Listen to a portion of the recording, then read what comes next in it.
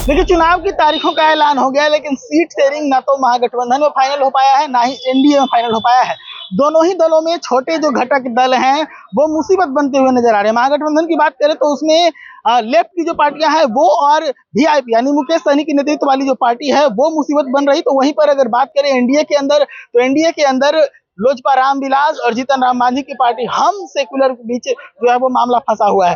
इस वक्त मेरी मौजूदगी लोजपा रामविलास के प्रदेश कार्यालय में है और यहाँ पर आपात बैठक बुलाई गई है। जी हाँ, बिल्कुल आप सही सुन रहे हैं, आपात बैठक बुलाई गई है।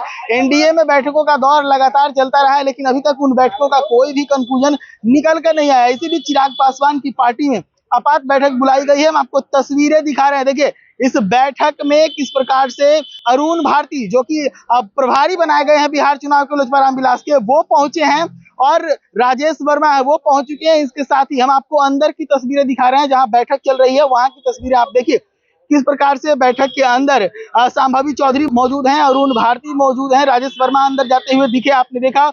इसके साथ ही हुलास पांडे की मौजूदगी है, राजू तिवारी है, उनके साथ साथ तमाम जो शीर्ष के नेतृत्व हैं वो वहां बैठे हुए हैं, कोर कमेटी के सदस्य हैं, ताकि अंदर जो है वो बातचीत हो सके। चुनाव से पहले ये आपात बैठक काफी अहम मानी जा रही है, क्योंकि खबरों के हिसाब से चिराग पासवान एनडीए के अंदर खुश नहीं है। इसको लेकर हमने बातचीत करने का प्रयास किया, राजेश वर्मा से भी प्रयास किया, और अरुण भारती से भी बातचीत करने का प्रयास किया। उनसे जब बातचीत करने का प्रयास किया, दोनों ही कुछ भी कहने से बचते हुए नजर आ रहे, इसी तौर पर कह रहे हैं कि थोड़ी देर में सब कुछ साफ हो जाएगा।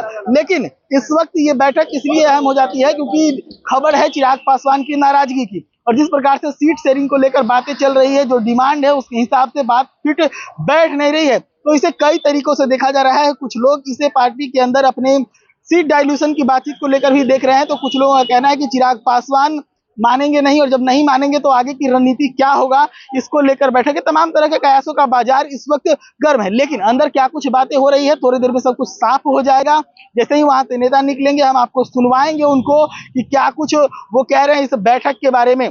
इस वक्त बिहार में राजनीतिक जो सियासी जो सरगर्मी है वो काफी तेजी से बढ़ी हुई है, क्योंकि चिराग पासवान के प्रदेश कार्यालय में आपात बैठक चल रही है, जिसकी तस्वीरें हम आपको लगातार दिखा रहे हैं।